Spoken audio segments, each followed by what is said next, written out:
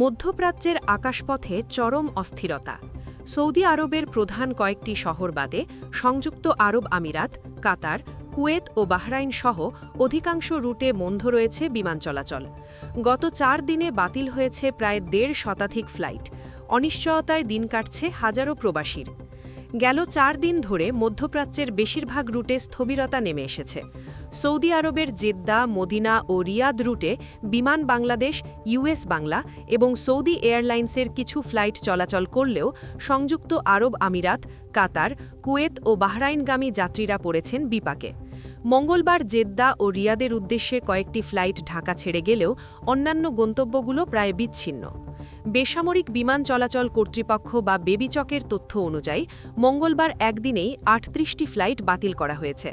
সব মিলিয়ে গত ৪ দিনে বাতিল হওয়া ফ্লাইটের সংখ্যা দাঁড়িয়েছে ১৪৭টিতে। বিমানবন্দরে এসে ফ্লাইট বাতিলের খবর শুনে দিশেহারা হয়ে পড়ছেন যাত্রীরা। বিশেষ করে যাদের ওমান বা কাতার হয়ে ট্রানজিট ফ্লাইট ছিল, তারা চরম অনিশ্চয়তার মুখে পড়েছেন। ভুক্তভোগী এক যাত্রী জানান, ওমান পর্যন্ত ফ্লাইট চললেও কাতারগামী কানেক্টিং ফ্লাইট বন্ধ থাকায় তিনি গন্তব্যে পৌঁছাতে পারছেন না।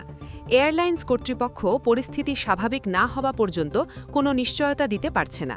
তবে এমন উদ্ভূত পরিস্থিতিতে কাতার সরকার বিশেষ বিবেচনায় সব ধরনের ভিসার মেয়াদ ১ মাসের জন্য বৃদ্ধি করেছে, যা কিছুটা স্বস্তি দিচ্ছে প্রবাসীদের। আঞ্চলিক অস্থিরতা বা যান্ত্রিক কারণ, ঠিক কী কারণে এই গণহারে ফ্লাইট বাতিল, সে বিষয়ে বিস্তারিত জানা না গেলেও দ্রুত পরিস্থিতি স্বাভাবিক করার দাবি জানিয়েছেন ভুক্তভোগীরা।